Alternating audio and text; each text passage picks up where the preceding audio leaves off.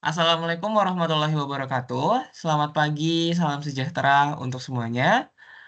Yang terhormat Bu Dinar dan juga yang kami hargai teman-teman mahasiswa informatika. Sebelumnya perkenalkan kami dari kelompok 9. Pada kesempatan kali ini kami ingin mempresentasikan laporan manajemen proyek pengembangan sistem CRM. Izinkan kami untuk memperkenalkan diri terlebih dahulu. Yang pertama dari saya sendiri, Muhammad Gunawan, dan juga rekan saya, Rahman Hanif. Next-nya. Nah, pada asumsi awal, kami melakukan asumsi terhadap biaya masing-masing sumber daya manusia yang digunakan dalam proyek ini. Di mana jika kita lihat di tabel di sebelah kanan, SD1 memiliki biaya per hari 300.000, SD2 memiliki biaya per hari 300.000, dan juga memiliki jumlah hari kerja, dan juga memiliki total biaya dari biaya per hari dikalikan jumlah hari kerjanya. Yang mana asumsi ini bertujuan untuk membantu pengambilan keputusan saat melakukan resource substitution, adding lag time, atau teknik lainnya, agar tetap seimbang dari sisi beban kerja dan juga efisiensi biaya. Next-nya. Oke, pada soal yang diberikan, penjadwalan awal, kami mendefinisikan hari dimulai dan juga hari selesai setiap aktivitas, sehingga nanti akan didapatkan diagram alur dan juga critical path-nya, yang mana dapat dilihat di tabel di sebelah kiri. Next-nya. Nah, dari penjadwalan tersebut, kami mendapatkan semua kemungkinan jalur yang ada, eh, dan juga kami juga menilai bahwasanya terdapat critical path atau eh, jalur terjauh atau jalur terlama yang akan memakan waktu gitu. Yang mana misalnya kita lihat dari critical path yang berada di gambar sebelah bawah kanan, critical path-nya adalah A, D, E, F, G, H, dan juga I. Next-nya. Nah, pada critical path sebelumnya didapatkan urutan A, B, D, E, F, G, H, I, yang mana dengan total 29 hari kerja, dengan menggunakan tools Gantt chart, kita bisa mengidentifikasi adanya resource conflict dan juga over allocation, yang mana ditunjukkan pada gambar di bawahnya. Next-nya. Nah, berdasarkan hasil analisis Gantt chart yang sebelumnya ditunjukkan, kami menyimpulkan tidak terdapat konflik alokasi sumber daya yang overlap antara aktivitas, terutama pada aktivitas-aktivitas yang berada di jalur kritis. Tetapi didapatkan bahwasanya terdapat sumber daya yang memang memiliki beban kerja yang lumayan tinggi. Pada kasus ini kami menemukan bahwasanya SD1 dan JD2 memiliki beban kerja yang paling tinggi, yaitu berada di 15 hari kerja. SD1 dengan aktivitas A, C, F, dan juga I, sementara JD2 aktivitasnya adalah D, E, dan juga H. Sehingga kelompok kami memilih teknik adding lag time dan juga substitution, resource substitution, yang mana akan dijelaskan pada slide selanjutnya. Nah, kenapa kami menggunakan adding lag time?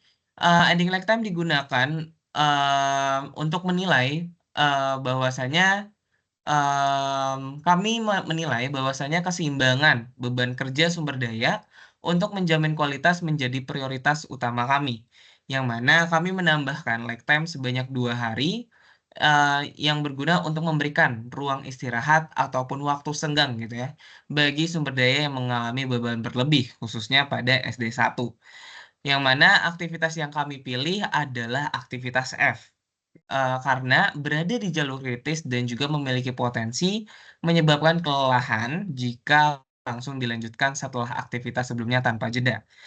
Nah, selanjutnya kenapa kami menggunakan resource substitution, di mana alasannya adalah di sini JD2 memiliki beban kerja selama 15 hari, yang mana tersebar pada aktivitas D, E, dan juga H. Kelompok kami menerapkan teknik ini untuk aktivitas H, yaitu dengan mengganti JD2 menjadi JD1. Pergantian ini dilakukan karena beban kerja JD2 melebihi kapasitasnya, sehingga kami melakukan substitusi terhadap JD1 agar beban kerjanya lebih merata. Next-nya. Nah, selanjutnya bisa dilihat hasil dari teknik resource substitution dan juga adding lag time. Di mana pada tabel di sebelah kiri bisa dilihat bahwasanya aktivitas F itu diundur ataupun ditambahkan lag time-nya sebanyak 2 hari yang seharusnya aktivitas F dimulai pada hari ke-16, tetapi di sini diundur ataupun di-delay ataupun adanya lag time selama 2 hari menjadi hari ke-18. Lalu selanjutnya ada di aktivitas H, di mana JD2 tadinya merupakan sumber daya dari aktivitas H tetapi menjadi JD1. Yang mana kami menyimpulkan bahwasanya tidak terdapat perubahan biaya yang disebabkan karena penambahan lag time. Karena lag time hanya menyebabkan pergeseran waktu, bukan penambahan durasi kerja individu. Sehingga dari segi cost tidak ada yang berubah dan juga memberikan keuntungan manajemen beban kerja dan menjaga performa tim, khususnya bagi sumber daya SD1. Yang mana akibat penambahan lag time satu-satunya adalah menambah durasi project yang mana menjadi lebih panjang, yakni dari 29 hari menjadi 31 hari.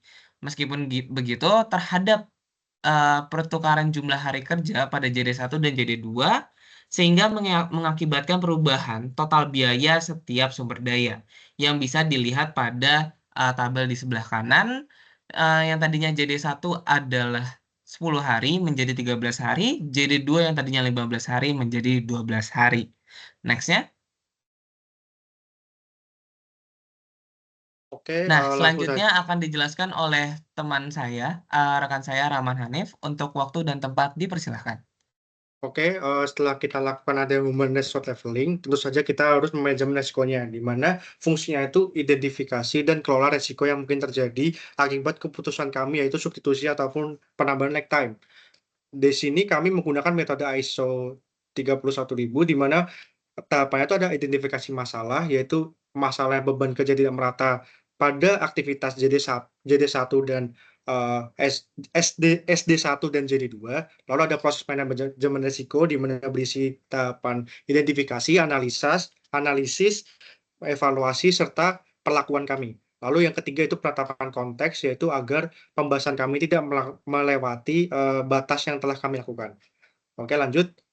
Yaitu di sini kita menetapkan penetapan konteks dulu tabelnya, yaitu ada konteks dampak dan konteks frekuensi serta evaluasi risiko. Di sini di mana 5 kali 1 yaitu dampak dikali frekuensinya. Di sini ada 5 level dari dampak dan 5 level frekuensi, di mana memiliki keterangannya berbeda-beda, yaitu dampak terlambat lebih dari 5 hari, biaya bertambah 15% dan kualitas buruk. Dan untuk frekuensinya yaitu terjadi lebih dari 5 kali serta selama proyek itu berlangsung. Nah, setelah itu kita identifikasi risikonya, di mana di sini kita bagi menjadi 3, yaitu sumber daya manusia, biaya proyek, dan kepuasan stakeholder. Di sini memiliki frekuensi dan dampak masing-masing yang telah kita evaluasi, yaitu ada beban kerja yang tidak merata, penambahan lag time yang tidak terkendali, overhead, lalu perlu tenaga tambahan, stakeholder tidak puas, lalu ada perubahan skenario atau jadwal tidak disetujui. Di mana di sini 1 ini ekstrim, 4 ekstrim, 2 ini tinggi, 5 tinggi, serta 3 dan 6 itu sedang. Nah, tentu saja kita melakukan adanya perlakuan risiko dari identifikasi tersebut, yaitu ada pencegahan dan penanggulangan. Di sini beban tim tidak merata, yaitu contohnya seperti tadi jadi 2, yaitu kita jadwal awal kembali, yaitu menjadi jadi 1, 2, 3 yang awalnya 10, 15, 12 menjadi 13, 12, 12 agar lebih rata. Lalu penanggulangannya ditunda aktivitas berat dan beri waktu istirahat. Lalu yang kedua ada penambahan lag time yang tidak terkendali, yaitu kita gunakan manajemen buffer, yaitu suatu teknik yang tidak terlalu berpengaruh pada critical path-nya. Lalu ada evaluasi aktivitas penyebab lag dan perbaiki alurnya. Lalu ada overhead, yaitu kita lacak waktu secara rutin dengan scheduling. Lalu penanggulangannya yaitu revisi jadwal dan kita sesuaikan dengan anggaran proyek. Lalu yang keempat yaitu jika ada perlu tenaga tambahan, kita pencegahannya itu dengan tentu saja SDM kita hitung dan kita analisa sejak awal. Lalu penanggulannya tentu saja kita rekrut tenaga dari internal atau outsourcing. Yaitu yang terakhir, yang kelima yaitu ada stakeholder tidak puas, yaitu pencegahannya kita buat perencanaan realistis dari awal, lalu kita update secara rutin. Itu untuk pencegahan. Dan untuk penanggulannya kita lakukan komunikasi terbuka dan kita berikan data pendukung pada stakeholder itu secara langsung. Lalu yang terakhir yaitu perubahan skenario yang tidak disetujui, yaitu tentu saja kita libatkan stakeholder sejak awal agar stakeholder tidak membuat skenario jadwal yang tidak kita setujui. Lalu untuk penanggulannya kita jelaskan alasan perubahan dan minta persetujuan ulang. Lalu setelah kita manajemen risiko, tentu kita menganalisa apa sih yang kita buat dan kita beli untuk proyek tersebut. Yaitu di sini kita memilih yaitu faktor make-nya itu membangun server dan buy-nya itu membeli FPS atau layanan cloud. Di mana ada banyak faktor yaitu untuk biaya awal, di mana membangun server itu tentu saja biaya tinggi, yaitu ada pengadaan hardware, instalasi, dan uang fisik. Dan untuk membeli itu biayanya rendah menengah, yaitu hanya berlangganan bulanan atau tahunan. Nah, untuk waktu implementasinya jelas saja bangun server itu waktunya lama karena itu pembelian, instalasi, konfigurasi, dan untuk membeli FPS itu cepat karena kita bisa langsung beli. Nah, untuk kualitas tentu saja tinggi itu tergantung bagaimana teknisi tim kita. Nah, untuk buy-nya itu tentu saja bagaimana kita atau kepada siapa kita membeli FPS-nya. Lalu untuk ketersediaan sumber daya, yaitu tentu saja tergantung pada SDA tim kita. Lalu juga ada membeli, yaitu di mana kita tuh nggak perlu SDA yang terlalu ahli, karena kita langsung membeli. Oke, lanjut. Nah, di sini ada mati keputusannya, di mana skor make itu dibuat dari skala yang kita buat di sini dikali bobotnya. Lalu juga skala buy di sini dikali bobotnya, di mana setelah kita hitung itu skornya lebih tinggi buy. Jadi kita memilih opsi buy. Dan di mana make dan buy itu memiliki kekurangan masing-masing. Contohnya dalam make itu memiliki kekurangan ya seperti biaya awal yang besar karena konfigurasi instalasi dan lain-lain, dan tidak memiliki sumber daya dalam hal server dan memiliki waktu implementasi yang lama. Dan untuk kelebihannya sendiri, ya tentu saja karena kita membuat sendiri, kita mempunyai kontrol penuh dan potensi biaya jangka panjang ya karena kita sudah punya servernya. Lalu untuk buy FPS-nya itu kekurangannya ketergantungan pada pihak ketiga, kita sangat bergantung. Lalu ada biaya tambah jika kita tidak kelola dengan benar. Dan untuk kelebihannya tentu saja dalam hal waktu itu cepat dan mungkin hemat dalam pembiayaan awal. Lalu ada dukungan profesional dan fitur keamanan dari sananya. Nah, dari beberapa analisa make dan buy ini kita merekomendasi, yaitu dari analisa biaya dan cost, biaya atau cost dan waktu itu dapat disimpulkan bahwa opsi buy atau membeli server melalui layanan cloud itu merupakan pilihan paling efisien dan strategis. Karena opsi ini tidak menawarkan biaya awal yang lebih rendah, tetapi juga memungkinkan implementasi sistem yang jauh lebih cepat dibandingkan dengan membangun server sendiri.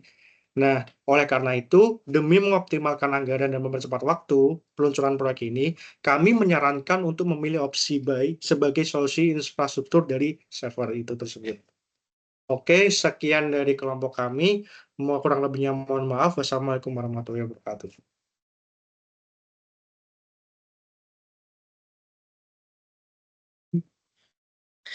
Kurang satu.